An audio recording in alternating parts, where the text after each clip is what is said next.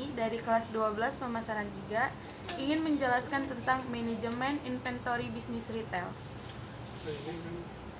Manajemen inventory bisnis retail merupakan pengertian manajemen inventory dalam bisnis retail, mempelajari pentingnya menerapkan manajemen inventory, ruang lingkup manajemen inventory, penyebab kehabisan persediaan. Pengendalian persediaan dalam usaha retail, pendekatan manajemen, persediaan laporan manajemen inventory bisnis retail, teknologi dalam bisnis retail, mempelajari teknologi peralatan pendukung operasional. Saran dan prasarana di toko retail, teknologi pembayaran elektronik, perangkat lunak pada toko retail, teknologi peralatan penandanan barang, peralatan dalam perlengkapan kasir. Pada bisnis retail yang memerlukan jual beli, baik barang maupun jasa, tentu harus melakukan pengadaan terlebih dahulu.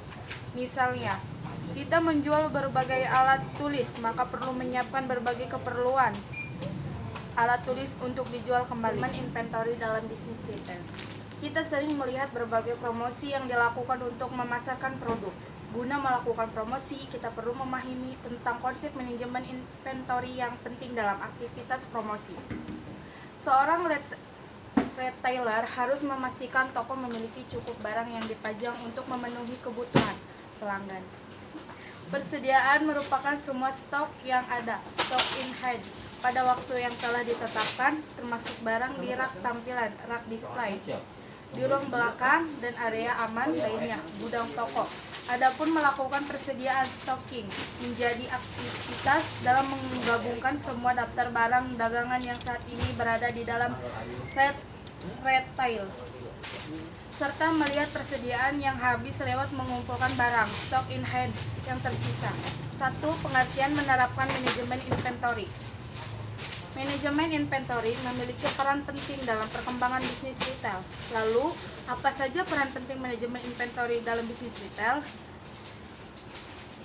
Berikut ini berbagai peran penting manajemen inventory dalam bisnis retail, yaitu memiliki dan meletakkan produk yang tepat di stok, sehingga Anda dapat memaksimalkan kepuasan pelanggan. Setiap produk harus siap di stok. Jadi, jika ada penjualan yang tinggi, maka tidak kehabisan stok. Kedua, tidak memiliki produk yang tepat pada persediaan akan menimbulkan biaya pada beberapa aspek. Ketiga, manajemen persediaan membantu toko untuk mencapai tingkat kemungkinan perputaran penjualan yang paling tinggi. Keempat, mengatur persediaan serta membantu menjaga kualitas dan keseluruhan produk. Tujuannya supaya suatu produk berjalan cepat. Ruang lingkup manajemen inventory. Perencanaan dalam manajemen inventory harus dilakukan dengan baik. Hal tersebut karena bila dilakukan dengan lingkup manajemen inventory. Perencanaan dalam manajemen inventory harus dilakukan dengan baik. Hal tersebut karena bila dilakukan dengan salah akan kurang efektif. Jadi bisa dikatakan persediaan berupa barang, bahan-bahan atau aset yang dimiliki oleh perusahaan retail bisa digunakan di masa yang akan datang. Fungsi pengendalian persediaan. Fungsi pengendalian persediaan. Beberapa fungsi pengendalian persediaan diantaranya sebagai berikut. 1. Menetapkan jumlah barang yang harus disimpan sebagai sumber daya agar tetap ada. Kedua, sebagai penyangga proses produksi sehingga proses operasi dapat berjalan lurus. 3. Mengurangi risiko perubahan harga akibat inflasi dari kenaikan harga dari pemasok. Keempat, menghindari kekurangan atau kelebihan barang. B. Biaya-biaya dalam persediaan pada usaha retail.